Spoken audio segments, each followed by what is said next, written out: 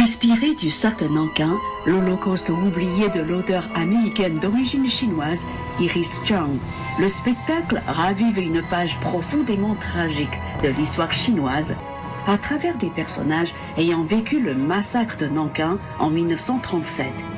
Deep in Memory a vivement ému un public majoritairement français et suscité une réflexion sur les récents propos belligérants de la première ministre japonaise Sanae Takaichi dans un contexte où la région Asie-Pacifique aspire à la paix plutôt qu'à une résurgence du militarisme japonais. Oui, je connais le rôle que le Japon a joué pendant la Seconde Guerre mondiale. Et les principaux événements qui ont jalonné cette période qui est une période tragique, les massacres qui ont été évoqués aujourd'hui, mais la restitution qui en est faite à travers ce ballet montre la dimension de tragédie, l'intensité du drame qui s'est produit à ce moment-là, et la restitution artistique est absolument poignante par la musique, par la mise en scène, par la chorégraphie. C'était un très beau spectacle. Comme j'ai vécu en Chine, je sais bien sûr ce qui s'est passé.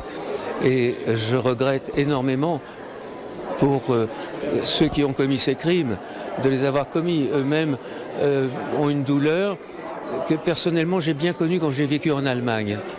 Vous savez, c'est très difficile pour les peuples d'aujourd'hui de savoir ce qu'ont fait leurs ancêtres.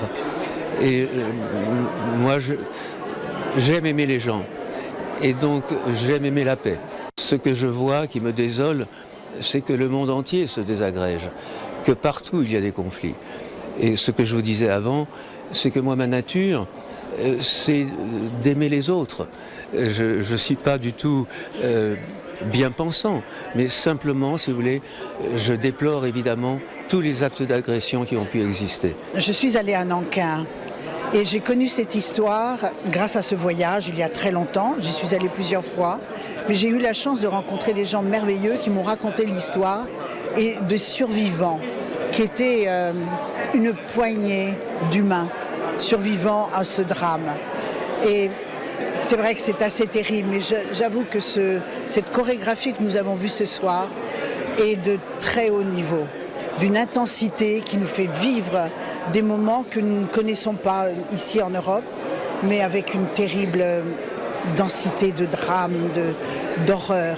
Alors je trouve déjà qu'en bonne intelligence, ce serait de dire essayons de parler, essayons de se mettre autour d'une table et parlons avec nos amis chinois. Et je pense que les choses peuvent s'arranger autrement.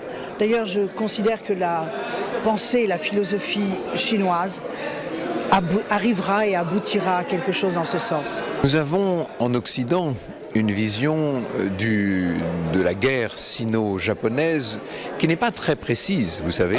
Et nous avons beaucoup de travail à faire pour faire connaître les différents épisodes d'une guerre dont le pire épisode, sans doute, a été ce que nous appelons, nous, le viol de Nankin. Ce terrible massacre de la fin de l'année 37, le début de l'année 38. On en a entendu parler en Occident, on a même fait des œuvres littéraires sur le sujet. Mais la vérité, c'est que ce crime de guerre épouvantable n'a peut-être pas été pris suffisamment au sérieux. Et ce que fait ce ballet magnifique, c'est de montrer le rôle de l'histoire et de la mémoire. Et l'histoire et la mémoire sont représentés sur scène.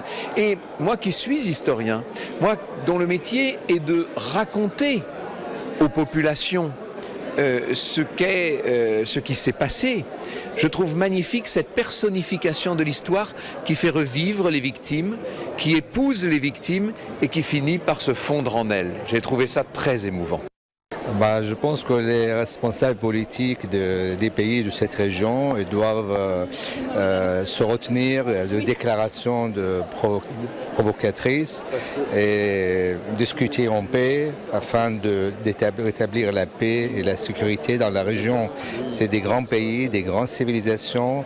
La Chine, le Japon, c'est des grandes nations et la guerre ne règle pas les problèmes. Donc il faut toujours trouver une voie de dialogue pour pacifier la région et pour la prospérité de cette région et le bien-être des habitants et pour la paix dans le monde.